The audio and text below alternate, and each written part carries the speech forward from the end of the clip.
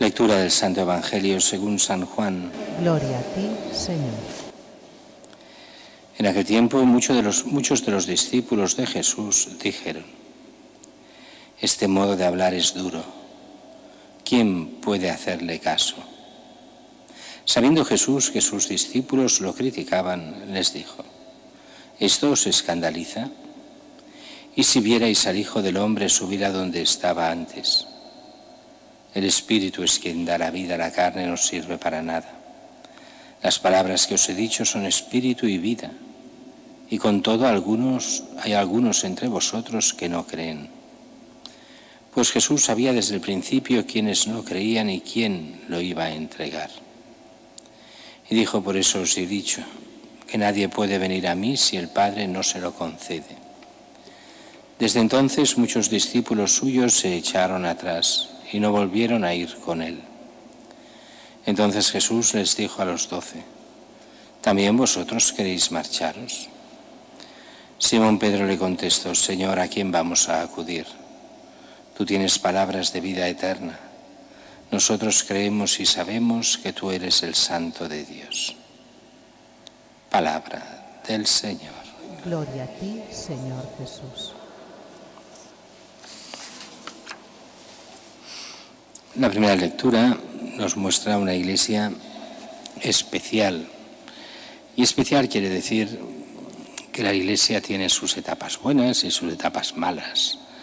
Y por bueno y malo no estoy hablando ahora a nivel moral, sino simplemente pues a nivel aparente.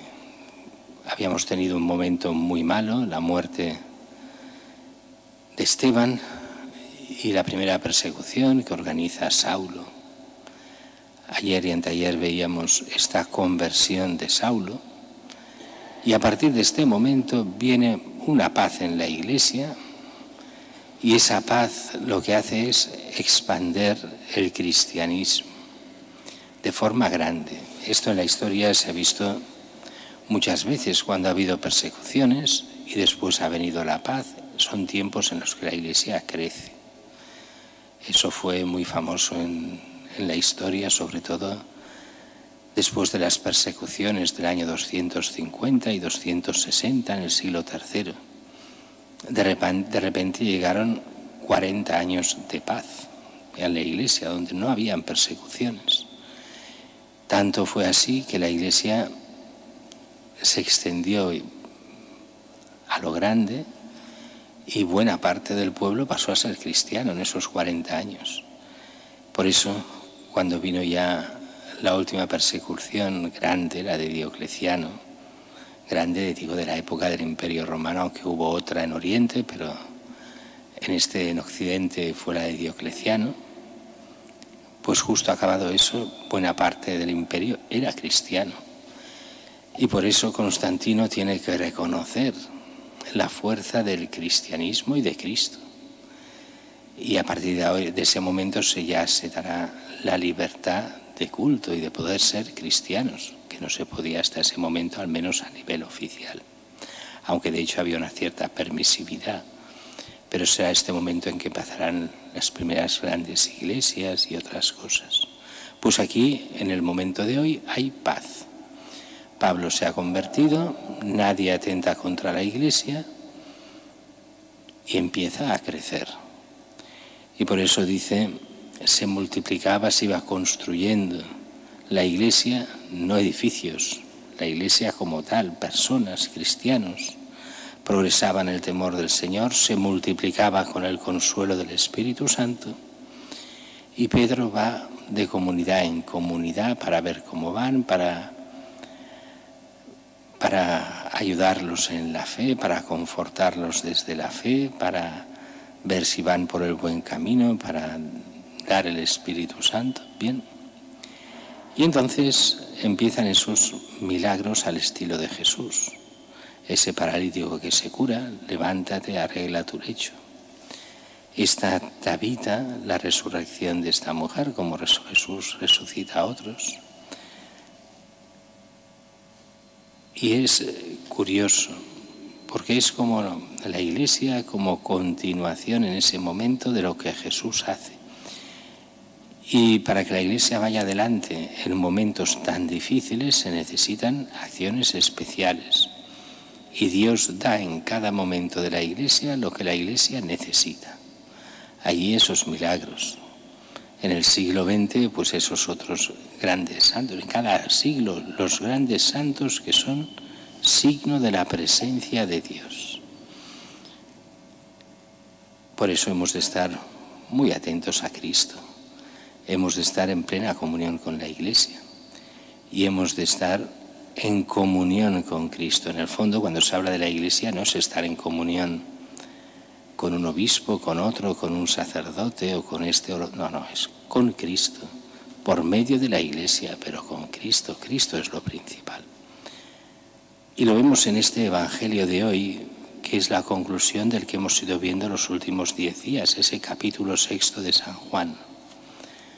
Empezó con la multiplicación de los panes y los peces, después todo ese gran discurso del pan de vida. Ayer veíamos cómo muchos les costaba de entender cómo puede darnos de comer este pan, cómo Él se puede dar de comer, cómo comeremos su carne, cómo beberemos su sangre. Este modo de hablar es duro, nos dice ya hoy. Y sabe muy bien que muchos de los que iban con Jesús lo empiezan a criticar. Tan difícil es que muchos lo abandonan. Estamos en un punto del Evangelio en que habían las grandes masas que empiezan a seguir a Jesús y ahora va al revés. Las masas empiezan a bajar. Jesús es duro, es difícil. Por eso cuando a veces se nos dice, hoy la iglesia de hoy no sabe hablar, no dice... Bueno, es lo mismo que con Cristo. Si al final el problema no es si los sacerdotes hablamos bien, decimos bien o... El problema es simplemente de fidelidad a Cristo. Por bien que un sacerdote hable o por magníficos cursos que haya, desde retiros a lo que haga falta, si en la voluntad de uno está no seguir a Cristo, no hay nada que hacer. Si uno quiere vivir solo para su propio egoísmo, no hay nada que hacer. Porque entenderlo todo, imposible. Seguir a Cristo del todo, quien no quiera, no lo hará nunca. El problema está en dejarse llevar por la gracia.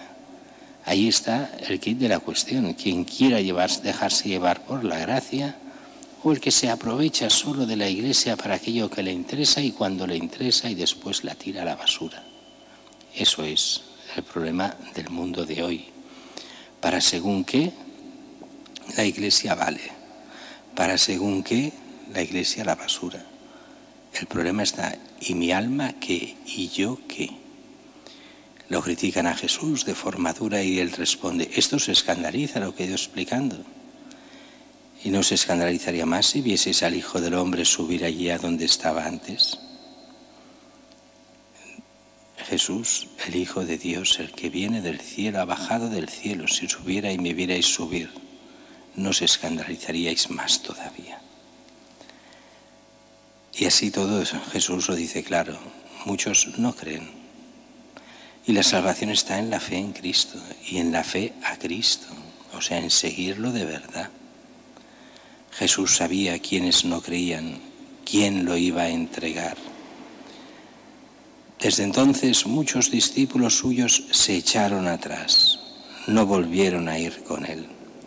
Tanto es así que pregunta a los apóstoles, ¿también vosotros os queréis ir? Y Pedro, con todo lo bueno que tiene y también con todo aquello que no funciona bien del todo, como veremos cuando lo traicione, Señor, ¿a quién vamos a ir? Solo tú tienes palabras de vida eterna. Nosotros creemos y sabemos que tú eres el Santo de Dios. Tal vez no sabía exactamente con eso del Santo de Dios, no es a lo mejor lo que pensamos nosotros que él pensaba. El Santo de Dios lo entiende como aquel escogido por Dios. Nosotros sabemos que es mucho más que eso. Es Dios mismo hecho hombre que da todo por la salvación de cada uno de nosotros.